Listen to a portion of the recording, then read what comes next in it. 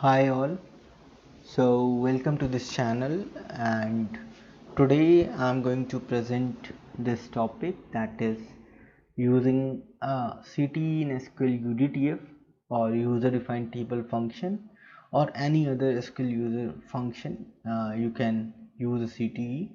So CTE is basically common table expression which we usually create whenever we want that a temporary table should get created over some uh, different columns, or you can say the columns of different tables over the columns of different tables. So I'm just combining the columns or the raw data from different tables or somewhere else, and then making it a table, it the column of one temporary table. So basically that treated as an table for me, a common table expression for me, CTE for me,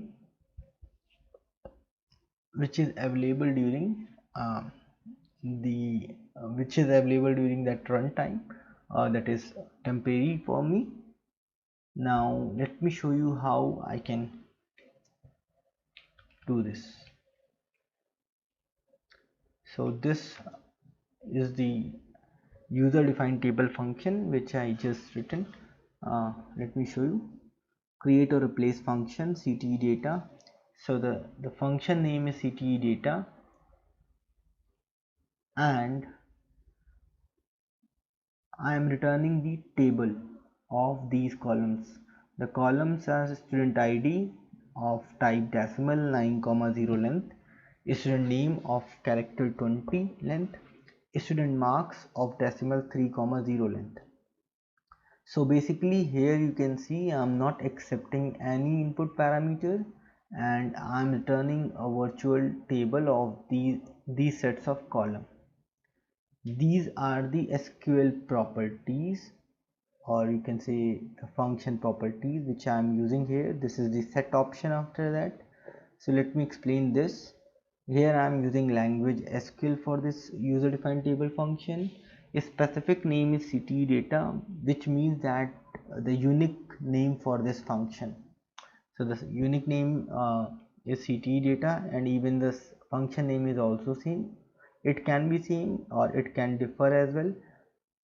This is for the system name, that is the service program which gets created of type CLE would take this name if I specify this. Else system, if I don't specify this, system will take or use its own way.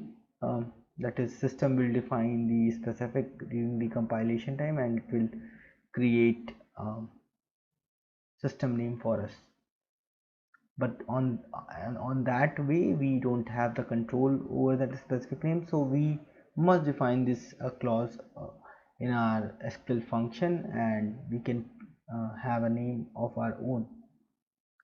Not deterministic means it would return the dynamic output on the same input every time. So it reads SQL data. You can see it is reading the SQL data. Not fenced, which means it would be running in the same uh, job in which the program is running, so it won't get execute in the separate thread apart from the program. So which is an advantage over, always an advantage, performance advantage. Now I'm setting these options, debug view to star source, so that we can debug this SQL function if we want. Output to star print, that is for generating the source listing. And commit option star none, that is commitment control is star none for this. Now this is the body of the function, and inside that body I can use the SQL, but here I am using the CTE, common table expression. So this common table expression, for that purpose I have to use with clause first, then the name of the top common table expression, that is temp CTE1, and then I would select the columns. Like here I am selecting student ID, name and marks as. Now here I need to specify the select clause, select stu ID, name, marks from this. It would be possible that I would have selected these fields from several columns, several other tables, but for now these fields are present on the same table.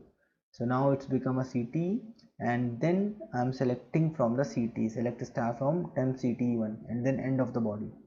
It would be possible that there could be multiple CTs, so multiple CTs are always uh, be written like or separated from the first CT like using comma. So after this we'll use comma, and then we can write another CT like temp CT2, and we'll select some fields as select star from some tables, and then at last we can select the data from both the CT either by simply select a star from temp CT1 comma temp CT2, use this way, or you can join both the tables to get some data. It depends upon you how you extract the data using the multiple CTs or the single CT. So I'm not going into that much complex example, so I just took a simple CT example to let you know how we can execute, how we can write a CT inside the SQL user defined functions or the table functions, and this way you would be able to execute your SQL table function, which which basically using the CTs, common table expressions. Now let me save this. After this I will compile this. Here comes the source file, and then the library name, and then the source member. Just press enter. So no errors, it means